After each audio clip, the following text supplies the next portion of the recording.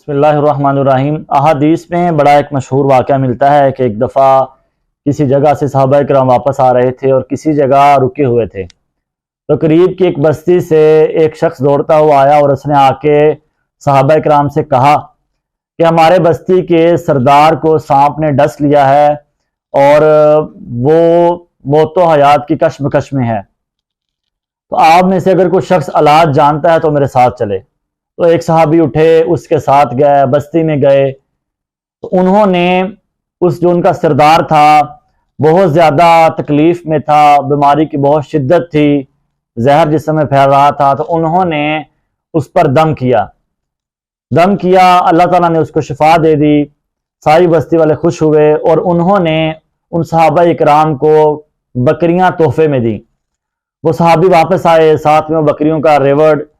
تو صحابہ اکرام نے کہا کہ ہم تو تب تک یہ بکریاں نہیں لیں گے جب تک نبی مکرم صلی اللہ علیہ وسلم کے پاس جائیں اور معاملے کو جان نہ لیں۔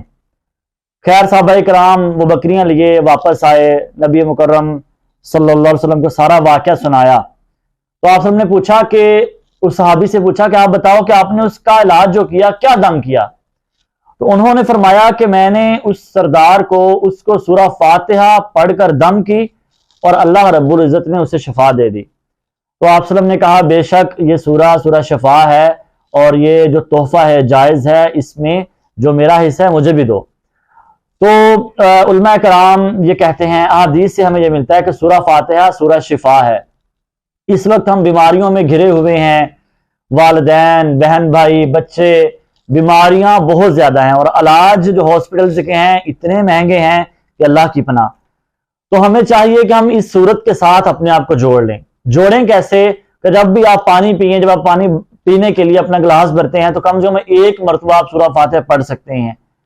جب آپ چائے پئیں، کافی پئیں، جب بھی آپ کوئی چیز پئیں تو کوشش کریں کہ کم سے کم ایک بار اس کو اوپر دم کریں۔ آپ اپنی روٹین کے مطابق جتنی چاہیں سورہ فاتحہ پڑھ کے اپنی ہتھیلی پر پھونک کے اپنے جسم پر دم کریں۔ تو ایسے بہت سے جو ریئل کیسز ہیں کہ جو لوگ چارپائی سے اٹھ نہیں سکتے تھے، ڈاکٹر نے جواب دے دیا تھا، انہوں نے بھی مسلسل اس سورت کو پڑھا تو اللہ رب العزت نے ان کو شفا دی۔ یہ سورہ شفا ہے۔ ہمیں چاہیے کہ اپنے بچوں کو، اپنے گھر والوں کو، خود اس کی عادت ڈالیں تاکہ ہم بیماریوں سے محفوظ رہ سکیں، گھروں میں برکت آئے اور ہم جو موذی بیماریاں ہیں، امراض ہیں، ان سے بچ سکیں۔ بہت شکریہ، جزاک اللہ خیرہ۔